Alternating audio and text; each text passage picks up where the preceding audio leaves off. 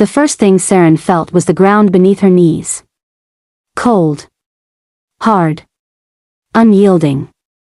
She hadn't even realized she'd fallen until the silence swallowed everything around her, the crackling torches, the low hum of anticipation, the shuffling of 100 pairs of feet arranged in a wide circle around her. She pressed her palms flat against the earth and tried again. Focused. Breathed. Pushed every thread of herself toward the shift the way her father had taught her, the way she had practiced alone in the woods behind their house every night for the past 3 months. Nothing. Not a flicker. Not a tremor. Not even the faint warmth beneath the skin that the other wolves described as the first sign of the change coming. Just her own heartbeat, loud and panicked, and the growing weight of every pair of eyes watching her fail. She lifted her head. Her father stood at the edge of the circle. Beta Caden Voss, broad-shouldered, square-jawed, a man whose presence alone commanded silence in any room. He was watching her with an expression she had never seen on his face before. It wasn't anger. Anger she could have handled. It wasn't disappointment either, though that was in there somewhere, buried under something colder and more final. It was a distance. Like he was already deciding something. Behind him, Lyra caught Seren's eye and shook her head almost imperceptibly. Don't look at him, look at me. Lyra was 17, sharp-tongued and fearless, the kind of girl who walked into rooms as if she owned them. She was gripping Petra's hand so tightly that Petra's fingers had gone white. Petra was 14 and had spent most of the ceremony with her eyes closed, lips moving silently, as if she could will the shift to happen through sheer prayer. Seren loved them so much it physically hurt. She pushed herself to her feet. The whispers started immediately. She could pick out words even through the roaring in her ears. Witch. Half-breed. Knew it. Always knew it. Someone laughed, a short, ugly sound that cut through the night air like a blade. Alpha Dravith stood apart from the crowd, flanked by his inner circle, his face arranged in an expression of careful neutrality that somehow felt more dangerous than outright hostility. He said nothing. He didn't have to. His silence was permission. Beta Voss stepped forward and pulled Seren away from the circle by her arm. Not roughly. That was almost worse. He was calm, measured, his grip firm but controlled, and he led her far enough from the crowd that their conversation would look private while every single person present strained to hear it. You are not what I raised you to be, he said quietly. Seren stared at him. I'm still your daughter. Something moved across his face. For 1/2 second, she saw it, the fracture, the grief, the man who had carried her on his shoulders when she was small and told her she would be magnificent. Then it closed over, smooth as ice forming on still water. Not before this pack, he said. Not anymore. Lyra was there before Seren could respond, stepping between them with her chin raised and her voice shaking just enough to betray that she was furious rather than afraid. You don't get to do that. You don't get to just. Lyra. His voice dropped to something that brooked no argument. Petra had started to cry quietly behind them. A pack member, a broad young man named Korav who had tormented Seren since childhood, stepped forward from the edge of the crowd and shoved her shoulder hard enough that she stumbled. Nobody moved. Nobody intervened. Seren steadied herself, heart hammering, and looked at her father. He watched. He did nothing. That was the moment something inside her stopped waiting for him to choose her. Later that night, the three of them sat on Seren's bedroom floor with a candle between them because Petra said the light made her feel safer. The house felt different now. Smaller. Like the walls had shifted inward while they weren't looking. Downstairs, their parents' voices moved through the floor in low, urgent tones, their mother, Brea, pleading for something, their father's voice a flat, immovable wall. Outside, someone had already spray-painted a single word across their front door. Seren had seen it when they came in. She hadn't told her sisters. He'll come around, Petra whispered. She needed to believe it. Seren didn't correct her. He won't, Lyra said flatly. She looked at Seren. So what do we do? Seren thought about the way the shift had refused to come. She thought about the small, strange things that had been happening for months, the candle flame that bent toward her when she was emotional, the lock that clicked open without a key when she was frustrated, the dreams full of symbols she didn't have names for yet. She had told herself those things were nothing. She understood now that she had been lying to herself. "We stay together," Seren said. "Whatever happens. That's the only thing I know for certain right now." Lyra nodded once, like a promise sealed. Petra reached across the candle and took both their hands. None of them slept well that night. But they slept close, the three of them tangled together the way they used to as children during thunderstorms, and when morning broke cold and gray over Duskmere, Seren lay awake in the pale light and listened to her sisters breathe and thought about how the only thing in her life that had never once felt conditional was the sound of them. She didn't know yet that she had less than 24 hours left before everything else was taken too. Morning came and brought cruelty with it. By the time Seren stepped outside, word had spread to every corner of Duskmere the way bad news always does in small, tight communities, faster than it should, louder than it needed to be, and soaked in embellishment. The spray-painted slur on their door had been joined overnight by a second one. A group of women who had known Seren since she was an infant crossed the street rather than walk past her. Two boys from the pack training grounds threw stones at the fence as she passed and ran when she turned around, laughing. She kept walking. She had decided, somewhere between sleeplessness and sunrise, that she would not give Duskmere the satisfaction of watching her break. She could fall apart later, in private, with her sisters. Out here, she would move like she had somewhere to be. Inside, she was shaking. Her father left the house before any of them came downstairs. Her mother, Brea, moved around the kitchen with the careful, deliberate movements of a woman holding herself together through routine. She poured tea she didn't drink. She straightened things that didn't need straightening. When Seren came in, she looked up, and her eyes were red-rimmed and fierce at the same time, and she crossed the room and held Seren's face in both her hands. "You listen to me," Brea said quietly. "What you are is not a mistake. Do you understand me? It is not a mistake." Seren nodded because it was what her mother needed. She didn't know yet how to believe it herself. By midday, the situation had worsened. Korav and two others cornered Lyra near the pack grounds. They didn't touch her, they were smarter than that, but they stood close enough to make the threat physical, and they said things that Lyra would repeat to Seren later in a voice stripped of all its usual confidence. Seren listened and felt something cold and quiet settle in the center of her chest. Not panic. Something harder. Their father came home in the late afternoon. He sat down at the kitchen table and told Brea that Alpha Dravith had called a pack meeting. He said it the way someone says a thing when they've already decided against it. Brea went still. "We should take the girls and go," she said. "Caden. Listen to me. We should leave tonight." "It's one meeting," he said. "It is never just one meeting with Dravith, and you know that." His jaw tightened. "I am still Beta of this pack. And I am still their mother." The silence between them was the loudest thing in the house. Seren stood in the hallway and heard every word and did not move. Petra appeared at the top of the stairs, and Seren shook her head very slightly. "Stay there, don't come down."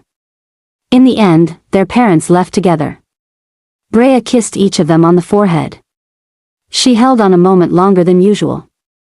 Her father paused at the door and looked back at Seren with that same fractured expression she had seen the night before, the grief underneath the ice, and then he was gone. The girls ate dinner together quietly. Petra told a story about something funny that happened at school 2 weeks ago, a story they'd all already heard, and both Seren and Lyra laughed anyway because that was the kind of love that existed between the three of them, the kind that performs normalcy for each other's sake when everything is anything but. The phone rang at 8:30. Seren answered it. She didn't remember much of what the voice on the other end said. Fragments came back to her later, clinical and strange. Coldfen Road, emergency services, both passengers, I'm so sorry. What she remembered clearly was the floor tilting beneath her. She remembered Lyra appearing in the doorway and reading the answer in Seren's face before a single word was spoken, and making a sound that Seren had never heard come out of her before and hoped she would never hear again. She remembered Petra saying no, just that, just no, over and over on the stairs like a word repeated enough times could hold reality back. They stood at the scene on Coldfen Road, and it was exactly as terrible as it sounds. Twisted metal and glass, the smell of fuel and burnt rubber, lights that strobed red and blue across everything. Officials moved around them in efficient sorrow. Seren stood with one arm around Petra and watched her mother's shawl, the green one, the one she wore every evening, flutter from a piece of wreckage, and something inside her went very, very quiet. Not numb. Quiet. The way the world goes quiet before a storm. The pack gathered at Gravarn Hall the following evening under the guise of condolences. They came with food and lowered voices and hands that touched shoulders and arms in practiced sympathy. Seren moved through it like a ghost. Lyra stood in a corner and refused to be touched by anyone. Petra stayed close to Seren's side and held her hand with both of hers. Alpha Dravith approached and offered his condolences with such perfect, measured grief that Seren nearly believed it. Nearly. But she watched him over the rim of her cup and noticed how his eyes moved, not soft with mourning, but busy. Calculating. Checking. And his inner circle stood too still, the way people stand still when they're trying not to seem relieved. A hand touched her elbow. She turned. Old Fenwick, pack elder, keeper of histories, a man who had always treated her like she mattered, looked at her with something urgent and afraid behind his eyes. His hand pressed something into hers, folded small and tight. His lips barely moved. They were targeted, he murmured. Leave tonight. Don't tell anyone. Then he was gone, absorbed back into the crowd before she could respond. Seren closed her fingers around the note and did not open it until she was in the bathroom with the door locked. 4 words. They knew about Seren. She stared at those words for a long time. Then she folded the note, put it in her pocket, walked out of the bathroom, found her sisters, and said very quietly, "We need to talk." They sat on the floor of Petra's room with the door locked, the window cracked, and their voices barely above breath. Seren told them everything. The note. Fenwick's face. Dravitha's eyes were moving like a man taking inventory. She watched Lyra process it the way Lyra processed everything, fast, hot, the anger arriving before the fear. She watched Petra go pale and then go still and then reach a place inside herself that was somewhere past crying, a kind of quiet that was almost more frightening. They killed them, Lyra said. It wasn't a question. I think so, Seren said. Because of you. Again, not an accusation. Just Lyra being precise. Because of what our parents knew. About me. About whatever I am. Seren's voice stayed flat because it had to. Which means we're next. The silence held for 3 full seconds. Okay, Petra said. Both sisters looked at her. Okay, she said again, and her voice was shaking, but her eyes were steady. So we go. Where do we go? Seren had been thinking about this since the bathroom. She had been turning over every option, every name, every possibility, and one kept surfacing. One she had not let herself think about in years because it hurt in a specific way that other things didn't. There's only one person outside Duskmere who might help us, she said. Who has reason to help us? Lyra went still. Isolde. Their mother's name. Their other mother. The one their father had cut out of their lives like something infected, banished somewhere beyond the Ashvale border because her existence was an inconvenience to a beta with ambitions and a pack with prejudices. Seren had been 8 when she last saw her. She had spent 10 years not letting herself want something she couldn't have. We don't know where she is, Lyra said. We know the direction, Seren said. Beyond the Ashvale border. We start there. Another silence.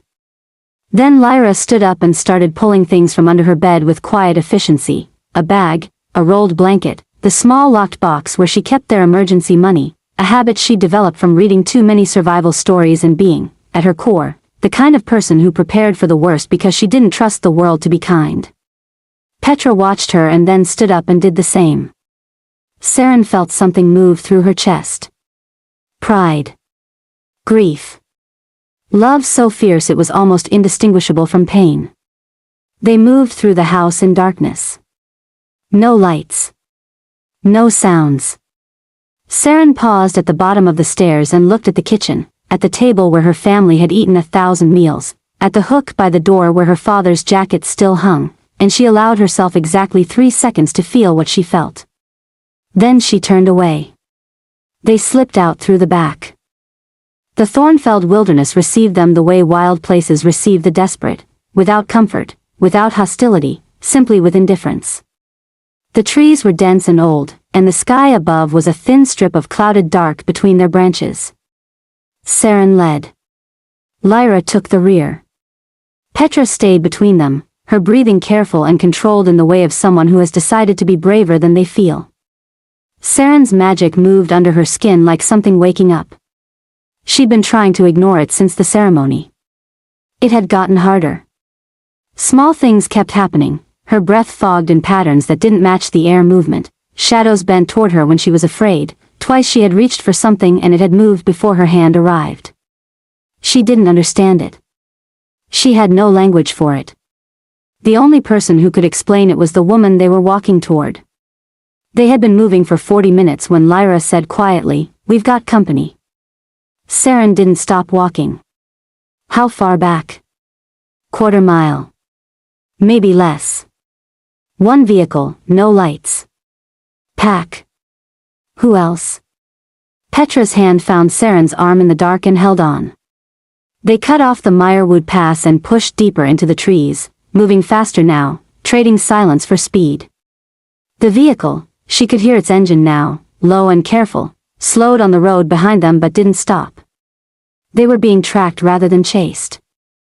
Whoever it was wanted to know where they were going before they made a move. That was somehow worse than being chased. They ran. The Brackstone ruins appeared out of the dark like a bad promise, a collapsed watchtower, crumbling stone walls, the ghost of something that had once been a border outpost between Duskmere and the territories beyond. Seren had known about this place from pack history lessons. She had not known it would become the place where everything changed. They ducked inside and pressed themselves against the interior wall, breathing hard. Voices outside. 2 of them, then a third. Seren recognized one, Korov. The one who shoved her. The one her father had watched without intervening. He wasn't here for closure or grief or pack duty. The flatness in his voice told her everything she needed to know about what Alpha Draveth had sent him to do. "Come out," Korov called. "Draveth just wants the girls back home. No harm." Lyra made a sound in the dark that would have been a laugh in better circumstances. "Seren," Petra whispered, and her voice was so small and so trusting that it cracked something open. Seren stepped forward. She didn't plan what happened next.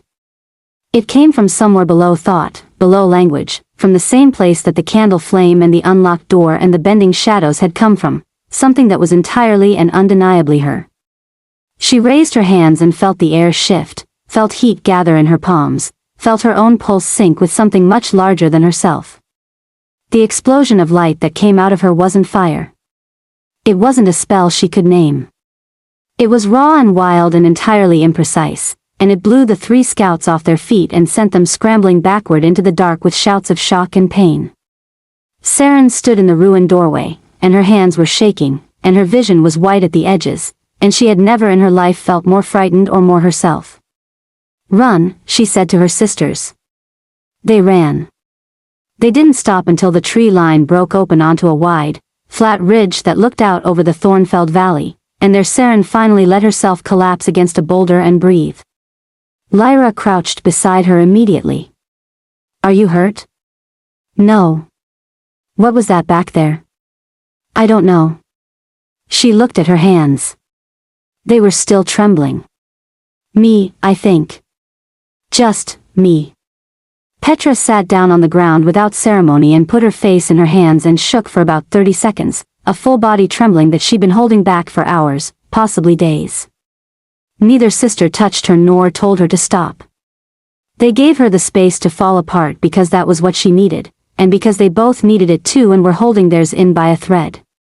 When Petra looked up, her eyes were red, but her jaw was set. "Okay," she said, for the second time that night, and the words sounded different now, less like a question, more like a door closing on something. Seren looked out over the valley. Somewhere below them, Duskmere sat in its hollow, its light small and distant and ordinary looking, the kind of place that would appear peaceful to anyone who didn't know what lived inside it. She thought about Fenwick's note. They knew about Seren. Her parents had known what she was. They had been protecting that secret, from Draveth, from the pack, possibly even from Seren herself, and it had gotten them killed. That meant Seren wasn't just a half-blood oddity who couldn't shift. She was something specific enough to be worth killing over. "They didn't die because of an accident," she said aloud, and her voice was very steady. "They died because Dad finally chose us. Whatever he knew, whatever he was protecting, he chose to keep it instead of handing it over. That's why Draveth took them." Lyra was quiet for a long moment. "You don't know that." "No," Seren agreed. "But it's the only version of this where he makes sense. Where the man who hesitated in my doorway and the man who watched Korav shove me are the same person." She paused. He was scared. He was scared of what Draveth would do, so he played along until he couldn't anymore. And when he finally stopped playing along, it cost him everything. She didn't say to us. She didn't have to. Lyra looked away. Her throat moved. Petra pulled her knees to her chest. "Do you think Isolde knows about any of this?" "I don't know. But she's the only one who might understand what I am. And right now that's the only lead we have." Seren looked at both of them, Lyra with her jaw tight and her eyes bright, Petra small and fierce and still shaking slightly. "I know you're scared. I am too. I'm terrified. But I need you both to keep moving with me, because the moment we stop is the moment they catch up, and I am not going to let that happen." Lyra looked back at her. Something resolved in her expression. "You let us out of Brackstone. We let each other out. You know what I mean." Seren did know. This was new, Lyra deferring, even slightly, even once. Lyra, who had always been the fighter, the one who charged toward things while Seren tried to reason with them. Something had shifted between them on this hillside, quiet and permanent. "So we find Isolde," Lyra said. "Beyond Ashvale." "Beyond Ashvale," Seren confirmed. Petra stood up first and shouldered her bag. "Then let's go." They moved through the rest of the night with Thornfeld spread out around them and the distant lights of Duskmere at their backs slowly disappearing behind the ridge. Seren's magic sat closer to the surface now, less like something dormant and more like something that had been introduced to the air and couldn't be put back. It didn't frighten her the way it had. She didn't love it yet. But she was beginning to understand that it was not a flaw in her design, it was the design itself. She thought about the pack ceremony. The circle. The torchlight. All those faces were waiting for her to become something that matched their expectations. She had spent her entire life trying to squeeze herself into a shape that Duskmere would accept, and it had never worked, and she understood now with a clarity that was almost peaceful that it never would have. She had been trying to fit into a mold built for someone else. The outcast was not a failed wolf. She had never been a wolf at all. She was something older than that. Something Duskmere didn't have a category for and therefore feared. Something her father had seen and tried to protect until the cost became too high. Something her mother had always known and been exiled for. She was going to find out exactly what. Dawn came gradually, the sky shifting from black to a bruised, reluctant gray. The Thornfeld trees thinned ahead of them, and Seren could see the beginning of the open territory that lay between them and the Ashvale border, flat land, tall grass, the kind of exposed ground that would make them visible for miles if anyone was looking. She stopped. Behind them, somewhere deep in the trees they had just come through, a howl rose into the morning air. Long, low, directional. Not the sound of wolves running prey to ground. The sound of wolves communicating position. Here. We are here. And we know where you are. Dravith hadn't sent scouts. He'd sent hunters. Lyra appeared beside her. They're not even trying to be subtle anymore. No, Seren said. Which means they're not worried about secrecy. They're confident. Should we be scared? Seren considered the question. She felt her magic move in her palms, felt the strange, sourceless warmth of it, felt the way it had responded at Brackstone, messy and wild but real, genuinely real, the most real thing she had ever felt come out of herself. Yes, she said. But scared doesn't mean stopped. She stepped out of the tree line and into the open and didn't look back. Lyra was one step behind her. Petra was one step behind Lyra. The grass bent around their feet, and the sky kept lightening above them, and the howling rose again from the trees, closer now, angrier, the sound of something that had expected easy prey and was adjusting its expectations. The Ashvale border was visible in the distance, a line of pale stones, ancient markers, the boundary between Duskmere's reach and the wider world beyond it. Beyond those stones, Isolde.